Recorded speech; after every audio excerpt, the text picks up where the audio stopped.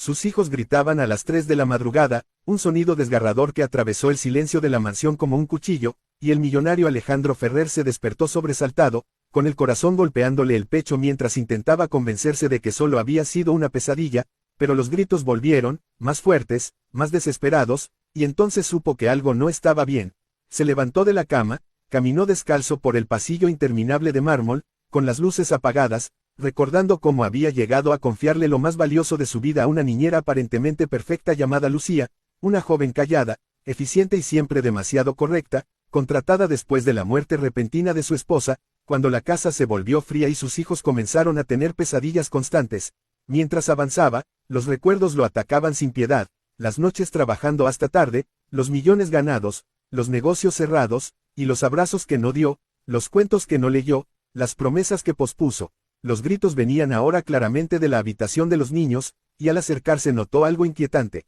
La puerta estaba entreabierta y una luz tenue parpadeaba desde dentro, pero no era la luz habitual de la lámpara, era algo más, algo que no debería estar allí. Su respiración se volvió pesada cuando empujó lentamente la puerta, preparándose para enfrentar cualquier cosa, incluso lo impensable, y entonces la vio. Lucía estaba de rodillas frente a la cama, pero no de la forma que su mente había imaginado. No había violencia, no había gritos de ella, sino un susurro constante, casi hipnótico, mientras sostenía a los niños temblorosos entre sus brazos, rodeados de velas encendidas formando un círculo perfecto, y sobre la pared, proyectada por la luz, había una sombra extraña que parecía moverse sola. Alejandro sintió que la sangre se le helaba, dio un paso atrás sin hacer ruido, su mente gritaba que saliera corriendo, que llamara a la policía, pero algo lo detuvo. Los niños dejaron de gritar en ese preciso instante y comenzaron a llorar en silencio, aferrándose a la niñera como si ella fuera su único refugio. El millonario tragó saliva, intentando entender qué estaba viendo, cuando de pronto Lucía levantó la mirada y sus ojos se encontraron. No había miedo en los de ella, solo una tristeza profunda, como si supiera que ese momento llegaría tarde o temprano. Señor Ferrer, dijo con voz calmada, no debía verlo así, pero ya es demasiado tarde. Y esas palabras hicieron que un escalofrío recorriera su cuerpo entero, porque por primera vez desde la muerte de su esposa, sintió que había algo en esa casa que el dinero jamás podría controlar. Si esta historia ya te tiene atrapado, suscríbete ahora, porque lo que viene a continuación cambiará todo lo que crees saber.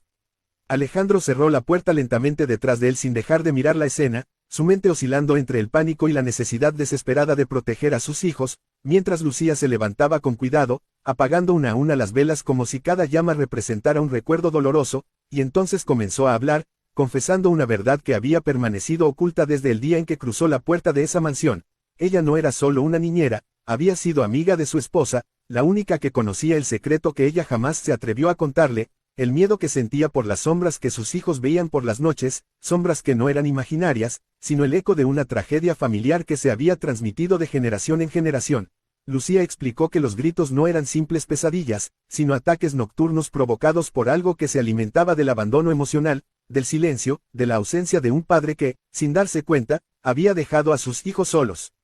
Incluso cuando estaba bajo el mismo techo, Alejandro cayó de rodillas, sintiendo el peso de la culpa aplastarlo, mientras la niñera revelaba que el ritual no era oscuro ni peligroso, sino una protección, una última barrera que había aprendido de la madre de Alejandro cuando ambos eran jóvenes, una forma de calmar aquello que despertaba cuando el amor faltaba. Los niños, ya más tranquilos, se acercaron a su padre por primera vez en semanas, y en ese instante Alejandro entendió que el verdadero horror no estaba en las velas ni en los susurros, sino en los años que había cambiado abrazos por contratos y cenas familiares por reuniones de negocios. Con la voz quebrada, pidió perdón, prometiendo estar presente, escucharlos, protegerlos, y Lucía, con lágrimas en los ojos, le dijo que ese era el verdadero ritual, el único que funcionaba. Al amanecer, la mansión parecía diferente, más cálida, más viva, y Lucía se marchó en silencio, dejando atrás una nota donde solo decía: ahora ya no me necesitan. Alejandro jamás volvió a contratar una niñera, redujo su imperio,